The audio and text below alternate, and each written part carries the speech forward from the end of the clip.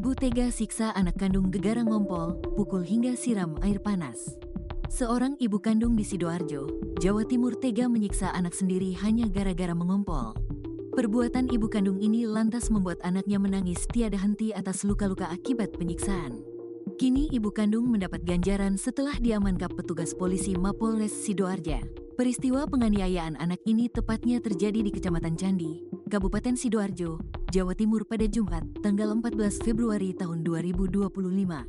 Pelaku ibu kandung, Ra, 34, menganiaya anaknya yang masih 3 tahun hanya gegara ngompol. Sang anak dipukul pakai sapu hingga gagang sapunya bengkok. Tak hanya itu, Ra juga menyiram anaknya dengan air panas. Kapolresta Sidoarjo, Kombes Christian Tobing membenarkan kejadian penyiksaan tersebut.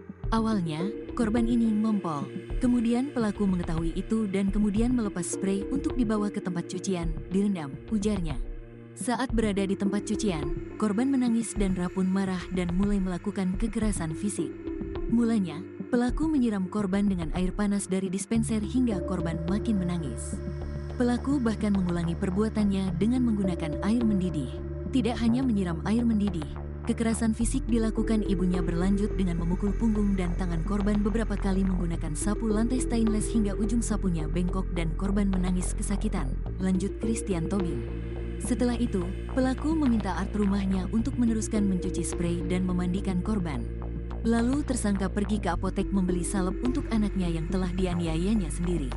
Namun, kondisi korban makin parah hingga harus dirawat di rumah sakit. Saat ini, tersangka telah ditahan di Mapolresta Sidoarjo. Ra dijerat pasal 80 ayat 2 dan atau ayat 4 UU nomor 35 tahun 2014 tentang perubahan atas UU nomor 23 tahun 2002 tentang perlindungan anak. Dia terancam hukuman 5 tahun penjara. Kasus ini ditangani Unit PPA Satreskrim Polresta Sidoarjo. Tersangka dikenakan pelanggaran pasal 80 ayat 2 dan atau ayat 4 UU nomor 35 tahun 2014 tentang perubahan atas UU nomor 23 tahun 2002 tentang perlindungan anak, tegas Kapolres.